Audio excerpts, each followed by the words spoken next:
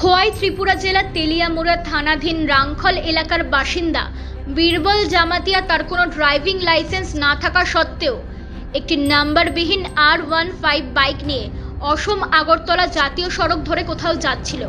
সেই সময় অপর দিক থেকে আসা TR0364286 নাম্বারের একটি যাত্রীবাহী অটো গাড়ির সঙ্গে তার বাইকটির মুখোমুখি সংঘর্ষ হয় এবং এতে বাইক সহ বাইক চালক ছিটকে গিয়ে পড়ে জাতীয় সড়ক ধরে যাওয়া TR01P1605 নাম্বারের একটি সবজি বোঝাই বলেরো গাড়ির ওপর।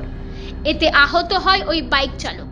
তড়িঘড়ি অগ্নি নির্বাপক দপ্তরের কর্মীরা আহত ওই বাইক চালককে উদ্ধার করে নিয়ে যায় তেলিয়ামুড়া মহকুমা হাসপাতালে এবং সেখানেই তার চিকিৎসা শুরু হয়। এদিকে দুর্ঘটনাগ্রস্ত বাইকটির যে অটো গাড়িটির সঙ্গে সংঘর্ষ হয়েছে সেই অটো গাড়িটির চালক গাজেন কাইপেংয়েরও ড্রাইভিং লাইসেন্স নেই। জানা যায় সে ড্রাইভিং লাইসেন্স ছাড়াই অটো গাড়িটি তৈদু থেকে চালিয়ে তেলিয়ামুড়ার উদ্দেশ্যে নিয়ে আসে।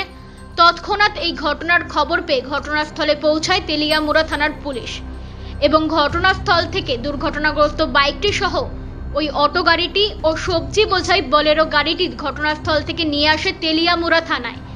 এখন বিভিন্ন মহল থেকে উঠছে প্রশ্ন, কিভাবে ট্রাফিক পুলিশের চোখে ফাঁকি দিয়ে ড্রাইভিং লাইসেন্স বিহীন অবস্থায় বিভিন্ন ধরনের যানবাহন চলছে গোটা তেলিয়ামুড়া জুড়ে। আমি তো কইরা সাইড কইরা অটো কার? আমার শ্বশুর। তোমার শ্বশুরের? চালাই জায়গাটা? স্যার আমি চালাই। তোমার লাইসেন্স আছে নি? স্যার লাইসেন্স জমা দিছি, পাইছে না। লাইসেন্স জমা দিছো? পাইছো না? তেলের ভাড়া মাল লেগেছে। হ্যাঁ, কই যেতেছিলেন? আগে তো যাবো। তখন ওই বাইকের শোরুম আছে না, এখান থেকে একটা অটো, হ্যাঁ অটো একটা দিকে একটা, হ্যাঁ বাইকের বাড়িছে, বাইকটা আমার সামনে ফিরেছে এবং শুনলাম মানুষের মুখ থেকে, হ্যাঁ বাইরে বাইরে অটোর লাইসেন্স নাই, বাইকের লাইসেন্স নেই। ত্রিপুরা থেকে বিক্রম কর্মকারের report, U Bangla TV. U Bangla TV, হৃদয় ছুঁয়ে যায়।